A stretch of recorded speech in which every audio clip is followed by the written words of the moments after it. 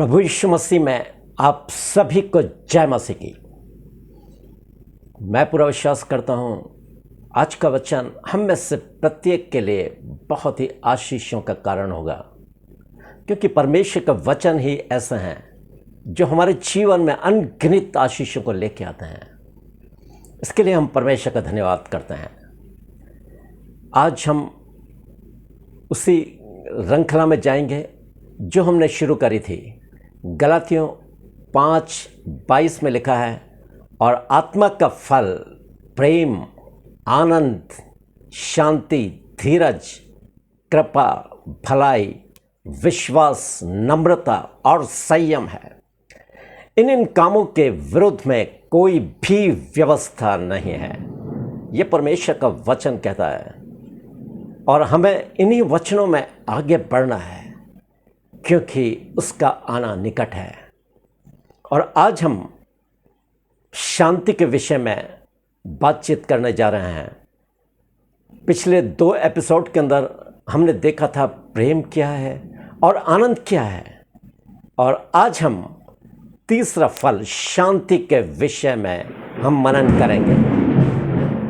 मैं पूरा विश्वास करता हूँ आज हम प्रार्थना के साथ बैठें तो निश्चित रूप से परमेश्वर की शांति जो समझ से परे है हमारे जीवन में वास करने लगेगी, और हमारी तकलीफ़ों, चिंताओं और परेशानियों में भी वो हमको ऐसी शांति देगा जो समझ से परे है, जो हमको उसके आनंद से भर देगी, क्योंकि परमेश्वर की शांति ऐसी ही है। परमेश्वर की ये एक अनमोल आशीष है। मैंने आपको पहले भी बताया था कि आत्मा के फल परमेश्वर के जीवन चरित्र की खूबसूरत विशेषताएं हैं, क्योंकि हमारा परमेश्वर ऐसा ही है। और परमेश्वर की यह हार्दिक इच्छा है कि उसकी संतान भी इन्हीं आशीषों से परिपूर्ण हो और उनका चरित्र भी बिल्कुल ऐसा ही हो जैसा उसका चरित्र है। लिखा है ना बाइबल के अंदर, जैसा मसीह यीशु का स्वभाव था वैसा ही तुम्हारा भी स्वभाव होने पाए। हमारे स्वभाव में हमें परिवर्तन लाने की जरूरत है इन अंतिम दिनों में, क्योंकि परमेश्वर का आना निकट है। और वो ऐरे गैरे लोगों को तो स्वर्ग लेके नहीं जाएगा, परंतु उन्हीं को लेके जाएगा जो उसके स्वरूप और समानता में, जो उसके स्वभाव में अपने आप को परिवर्तित करने के लिए अपने आप को समर्पित करेंगे। और आज हम शांति के विषय में बात करेंगे कि शांति आखिर है क्या।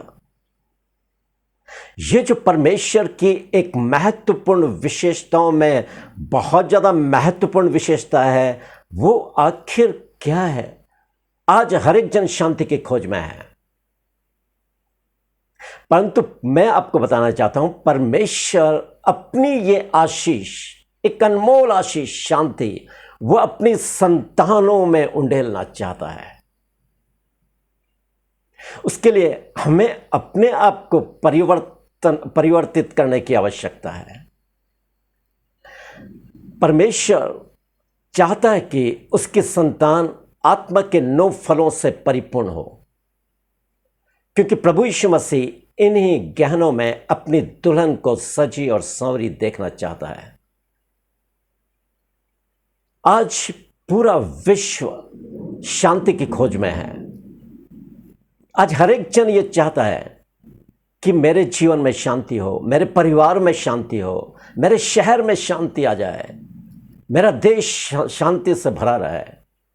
परंतु अफसोस, जितना हम शांति की लालसा करते हैं उतनी ही शांति क्यों हमारे देश, हमारे शहर, हमारे जीवन से दूर भागती है। उसका कारण एक है, और वो ये है कि जब तक हम जीवित और सामर्थी परमेश्वर के निकट आकर उसके साथ एक मेल मिलाप और घनिष्ठता कायम नहीं करेंगे, तब तक शांति न तो हमारे जीवन में आ सकती है, और न ही इस देश में आ सकती है, और न ही इस संसार के तमाम देशों में आ सकती है। क्योंकि शांति का दाता एकमात्र केवल जीवित और सामर्थी परमेश्वर है जिसका वर्णन बाइबल पवित्र शास्त्र में पाया जाता है। उसके अलावा और कोई नहीं है जो परमेश्वरीय शांति को मुझको और आपको दे सके। परमेश्वर बहुत दयालु है। वो चाहता है कि हर एक मनुष्य उसके साथ मेल मिलाप करे, क्योंकि बिना परमेश्वर से मेल करे हुए हम परमेश्वर की शांति को कभी प्राप्त नहीं कर सकते। यदि परमेश्वर की सच्ची शांति जो हमारे समझ से परे है उसको यदि कोई व्यक्ति प्राप्त करना चाहता है तो उसको परमेश्वर के साथ मेल करना ही होगा। इसलिए प्रभु यीशु मसीह ने कहा है, धन्य है वे जो मेल कराने वाले हैं, क्योंकि वे परमेश्वर के पुत्र कहलाएंगे। हमें परमेश्वर के साथ उन लोगों का मेल कराने की जरूरत है जो लोग परमेश्वर से दूर अपने मन की मर्जी में जीवन व्यतीत कर रहे हैं। और जब हम अपने मन की मर्जी के अंदर जीवन व्यतीत करते हैं तब शैतान की ग्रिप में हम दिन प्रतिदिन जकड़ते जाते हैं और शैतान वो काम हमसे लेने लगता है जो बिल्कुल हमारे आत्मिक जीवन को तबाह कर देता है। आज जानते हैं ना, पूरा विश्व ईर्ष्या, द्वेष, जलन, लड़ाई, झगड़े, दंगे, फसाद, युद्ध और तमाम तरह के माहौल के अंदर ग्रसित है। उसका कारण क्या है? क्योंकि मनुष्य जीवित और सामर्थी परमेश्वर के पास आना नहीं चाहता। वो परमेश्वर से दूर अपनी मनमानी में जीवन व्यतीत करना चाहता है। यही कारण है कि आज शांति मनुष्य से दूर भाग रही है। परमेश्वर अपनी शांति को मनुष्यों में उंडेल नहीं पा रहा है, क्योंकि मनुष्य शैतान के ग्रिप पर अपनी मनमानी में जीवन व्यतीत कर रहा है। हम जो मसीह लोग हैं, हमारे पास परमेश्वर का पवित्र, जीवित और सामर्थी वचन पाया जाता है। उसके बावजूद अधिकांश परमेश्वर के जन जो मसीह कहलाते हैं, वो परमेश्वर की शांति से दूर संसार और संसारिकता के अंदर अपनी शांति को खोज रहे हैं। संसार की वस्तुओं को पा लेना, वो समझते हैं हमारे जीवन में शांति आ गई। धन संपत्ति, बैंक बैलेंस, मुझसे अच्छा शांत व्यक्ति और कोई नहीं है। हम सांसारिक चीजों में यदि अपनी शांति को ढूंढेंगे तो संसार ही में रहकर अपने आत्मिक जीवन का विनाश कर डालेंगे, क्योंकि सांसारिक चीजें हमारे लिए एक स्थायी चीजें नहीं है। कभी भी आपकी धन संपत्ति आपसे छीन ली जा सकती है। आपका घर, रुपया, पैसा, आपकी संपत्ति जो आपने इकट्ठी करी है अचानक आपसे छिन जाएगी और आप कंगाल और भिखारी बन सकते हैं। आज आपकी आर्थिक परिस्थिति सही हो, परंतु परमेश्वर चाहता है कि आप उसके निकट आएं, ताकि परमेश्वर की जो वास्तविक शांति है वो आप प्राप्त कर सकें। आपकी सांसारिक चीजें आपको स्थायी शांति कभी नहीं दे पाएंगी और आप एक दिन कंगाल और भिखारी बन सकते हैं। इसलिए उस शांति की खोज में लगे रहो और परमेश्वर के निकट आ जाओ, ताकि परमेश्वर अपनी शांति को जो समझ से परे है वो आप पर उंडेल दे। आज जगह जगह युद्ध का माहौल है और शांति लोग कराना चाहते हैं। नेता लोग, पीएम, प्रेसिडेंट और तमाम तरह के लोग एक देश दूसरे देश से बातचीत कर रहे हैं, परंतु शांति का नामो निशान तक वो ढूंढ नहीं पा रहे हैं। शांति का हल तक वो खोज नहीं पा रहे हैं, क्योंकि शांति किसी मनुष्य के शब्दों और मनुष्य की वाचाओं में नहीं, परंतु परमेश्वर के साथ बांधी गई वाचाओं में शांति मिलती है।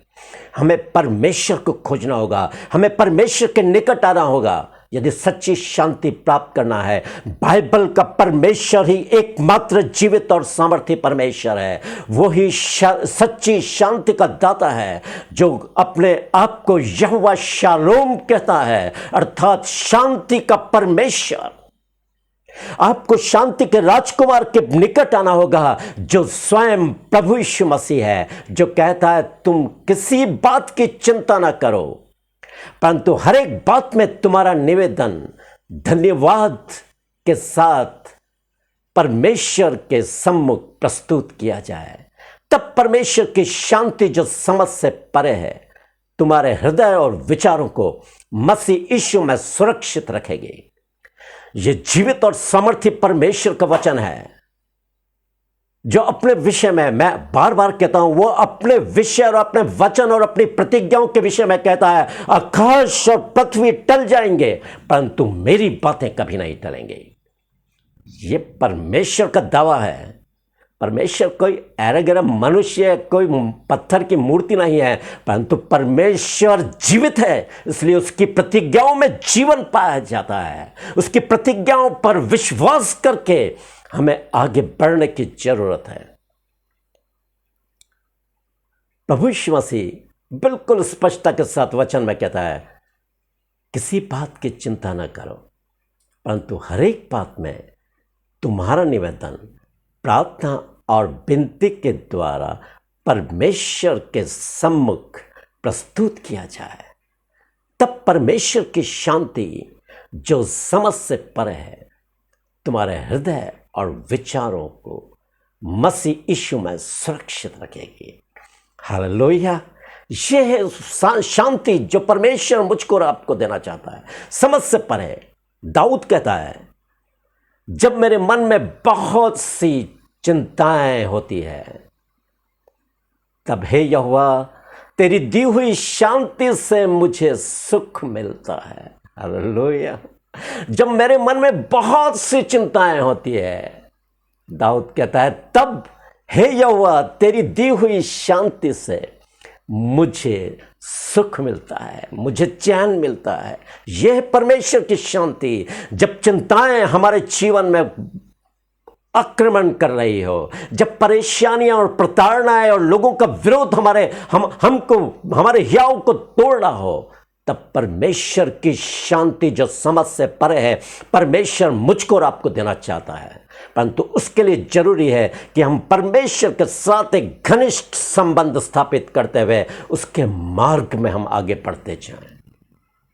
तब परमेश्वर की शांति हमारे जीवन में आएगी और हमारी परेशानियां और तकलीफों में वो शांति इस प्रकार कार्य करेगी कि हमारी परेशानियां और चिंताओं से अलग हम परमेश्वर में एक अनुपम शांति को महसूस करेंगे। एक ऐसी शांति जो समझ से परे है।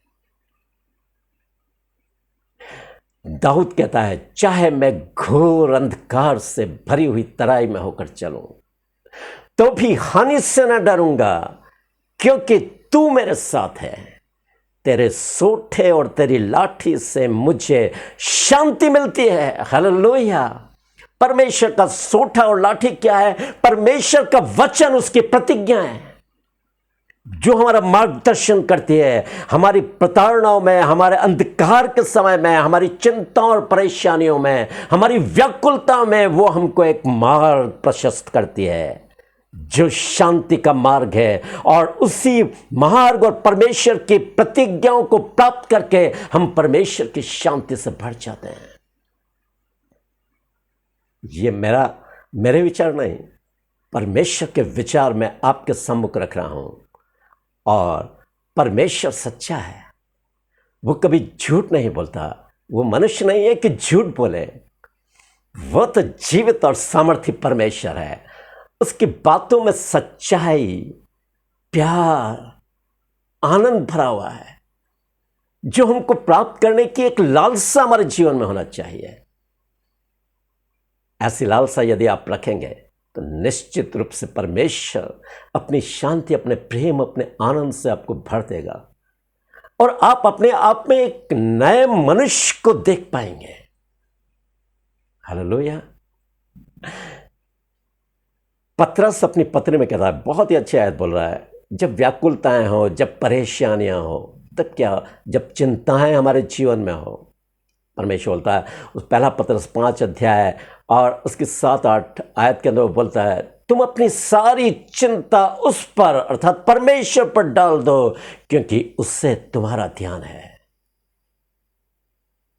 तुम अपनी सारी चिंताएं, चाहे कैसी भी चिंताएं क्यों ना हो, परमेश्वर के चरणों में प्रार्थना के द्वारा आप परमेश्वर के सम्मुख पेश कर दें। परमेश्वर हमारी चिंताओं को दूर करने में सक्षम है। वो वादा करता है कि मैं तुम्हारी चिंताओं को दूर करूंगा, तुम मेरी अपनी चिंता मुझ पर डाल दो। और यदि ऐसा नहीं करा तो पतरस कहता है, इसलिए सचेत और जागते रहो, क्योंकि तुम्हारा विरोधी शैतान उस गरजने वाले सिंह की नाई इस खोज में रहता है कि किसको फाड़ खाए। हमें बहुत ध्यान से अपने आत्मिक जीवन में आगे बढ़ने की आवश्यकता है, और यदि हम ऐसा नहीं करेंगे तो कभी भी हम परमेश्वर के योग्य नहीं बन पाएंगे। हमें अपनी चिंताएं, व्याकुलताएं, परेशानियां परमेश्वर के निकट, क्योंकि परमेश्वर के आत्मा के फल विरोधात्मक परिस्थिति में ही हमारे अंदर से दिखाई देने पाएंगे। जब परिस्थितियां प्रतिकूल होगी तब ये फल हमारे जीवन से, हमारे चेहरे से, हमारे चरित्र से लोग देख पाएंगे कि इतने परेशानियों में इतना शांत जीवन कैसे व्यतीत कर रहा है ये व्यक्ति, क्योंकि शांति का देने वाला परमेश्वर आपके साथ बना हुआ है। प्रभु यीशु मसीह कहता है, मैं तुम्हें शांति दिए जाता हूं। हालेलुया।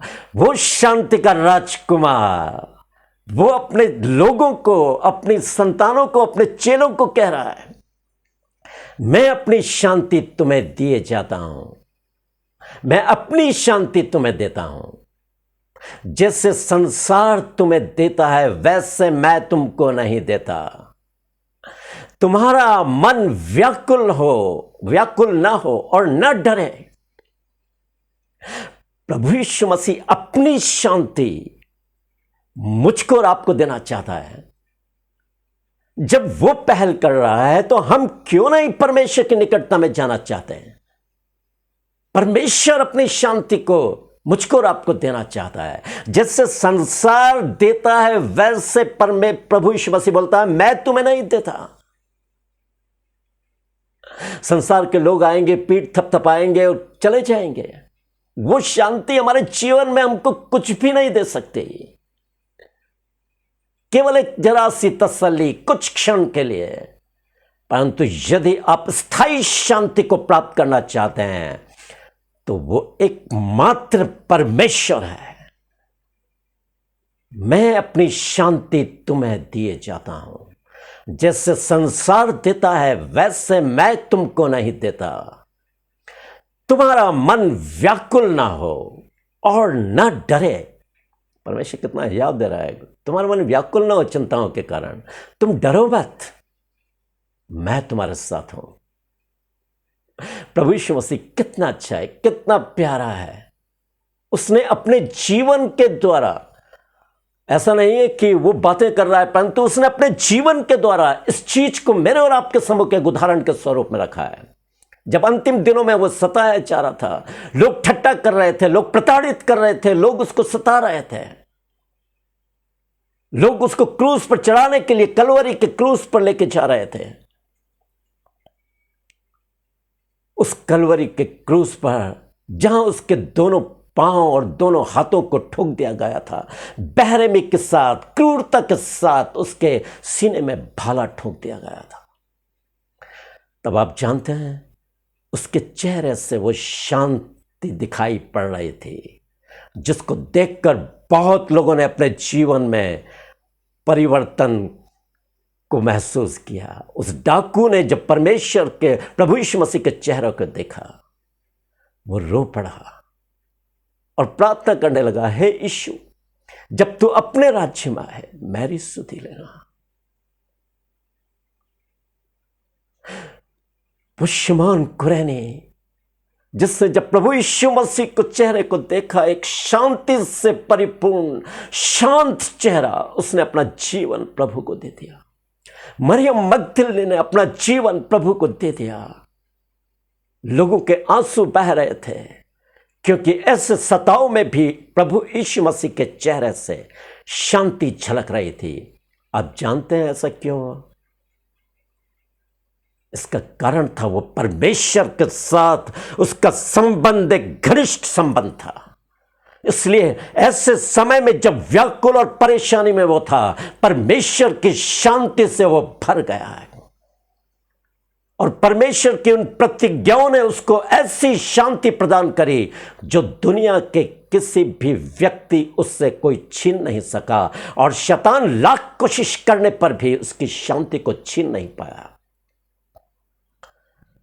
यदि यशायाह की पुस्तक आप पढ़ोगे, वहां पर लिखा है, वो हमारे ही अपराधों के कारण घायल किया गया, हमारे ही अधर्मों के कारण कुचला गया, और हमारी ही शांति के लिए उस पर ताड़ना पड़ी, ताकि उसके कोड़े खाने से हम चंगे हो जाएं। जानते हैं, हमारी शांति के लिए उस पर ताड़ना पड़ी है, ताकि हमारे जीवन में वो शांति आए परेशानियों, व्याकुलताओं और प्रताड़नाओं में। परमेश्वर हमारे जीवन को शांति से भर देना चाहता है, इसलिए उसने स्वयं प्रताड़ना को सहा है। आप इस बात पर मनन करिए कि हमारे अपराधों के कारण वो घायल किया गया, हमारे अधर्मों के कारण वो कुचला गया, हमारी शांति के लिए उस पर ताड़ना पड़ी।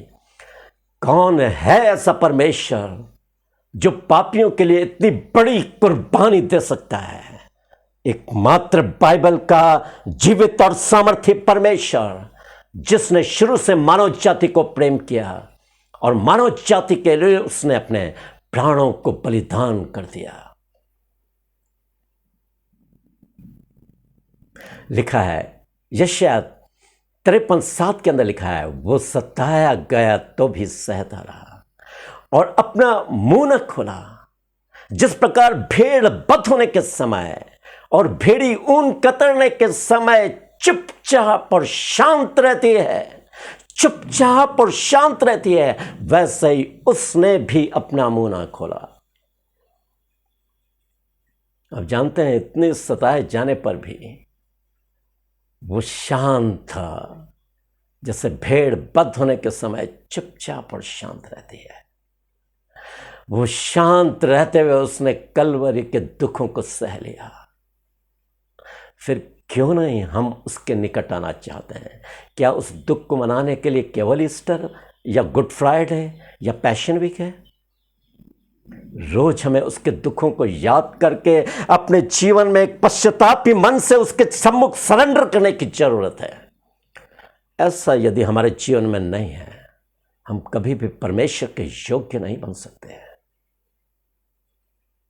मैं आपको कहना चाहता हूं, परमेश्वर की दी हुई प्रतिज्ञाएं ही हमारे जीवन में शांति को लेकर आ सकती हैं। पौलुस के द्वारा परमेश्वर प्रतिज्ञा कर रहा है, एक बहुत अद्भुत प्रतिज्ञा, एक शांति से भरपूर प्रतिज्ञा। आप उसको सुनिए ध्यान से, क्योंकि यदि पहला थिस्सलुनीके के 4 अध्याय 16, 17, 18 यदि आप पढ़ोगे तो वहां आपको मिल जाएगा। क्योंकि प्रभु आप ही स्वर्ग से उतरेगा और ललकार और प्रधान दूत का स्वर सुनाई देगा और परमेश्वर की तुरही फूंकी जाएगी और जितने मसीह में मरे हैं वे पहले जीवित हो उठेंगे।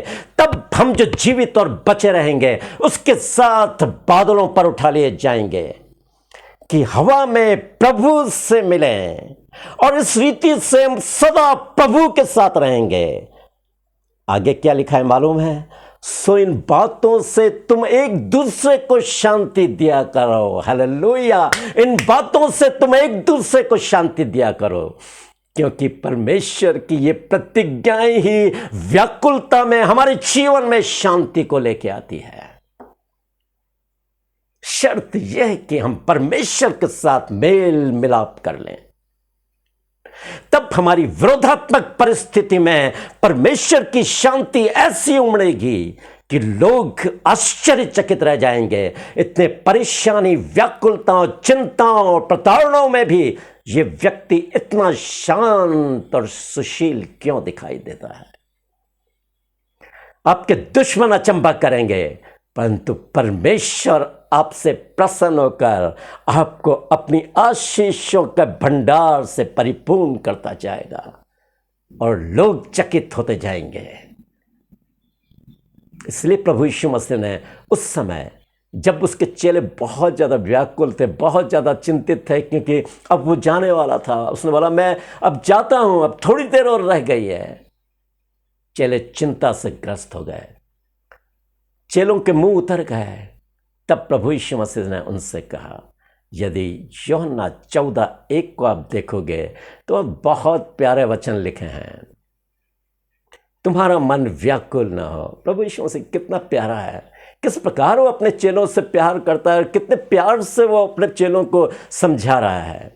तुम्हारा मन व्याकुल न हो, तुम परमेश्वर पर विश्वास करते हो, मुझ पर भी विश्वास रखो।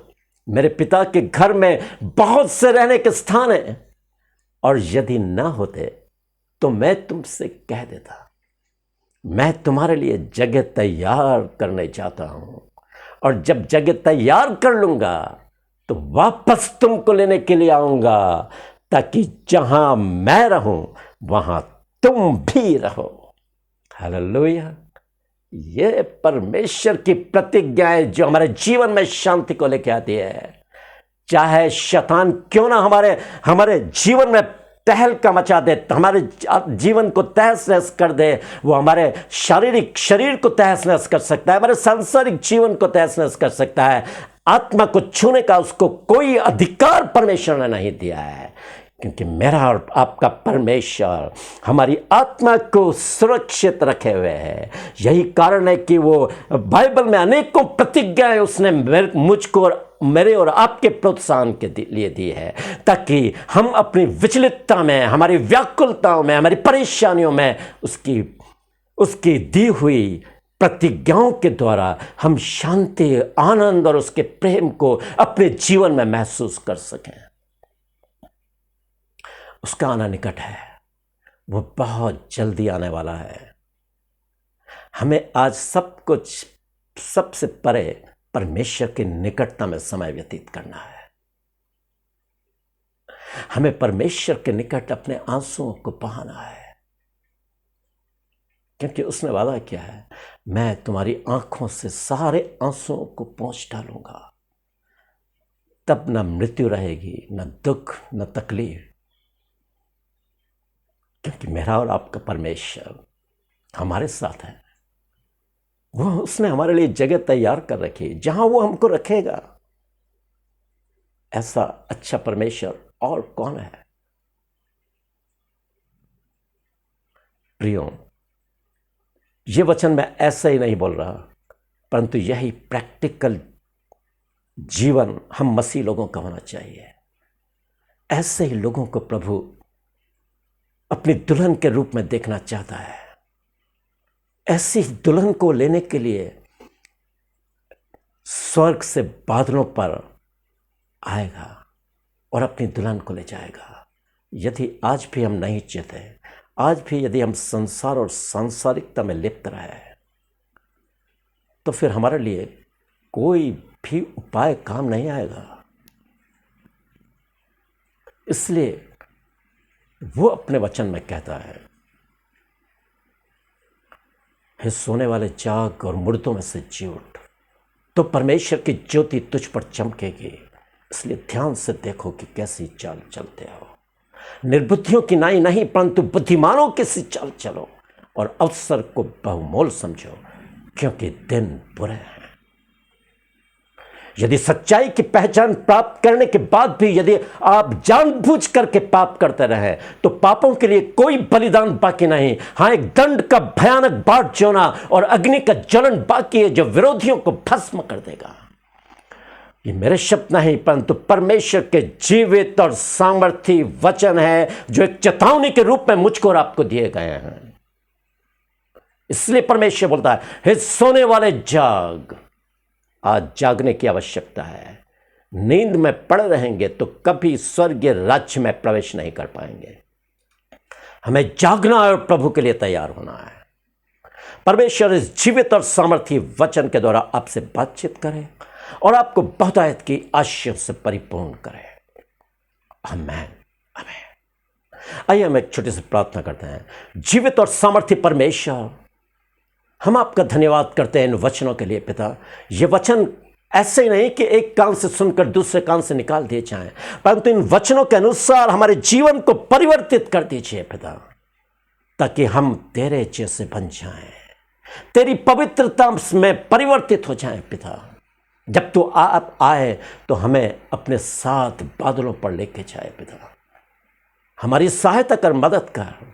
जितने लोग इस वचन को सुनते हैं पिता, आपका अभिषेक, आपकी चंगाई, आपकी सामर्थ्य उनके अंदर वास करने पाए। यीशु के नाम से उनकी दुर्बलता दूर हो जाए पिता। यीशु के नाम से मैं हर एक बीमार के लिए चंगाई की घोषणा करता हूं।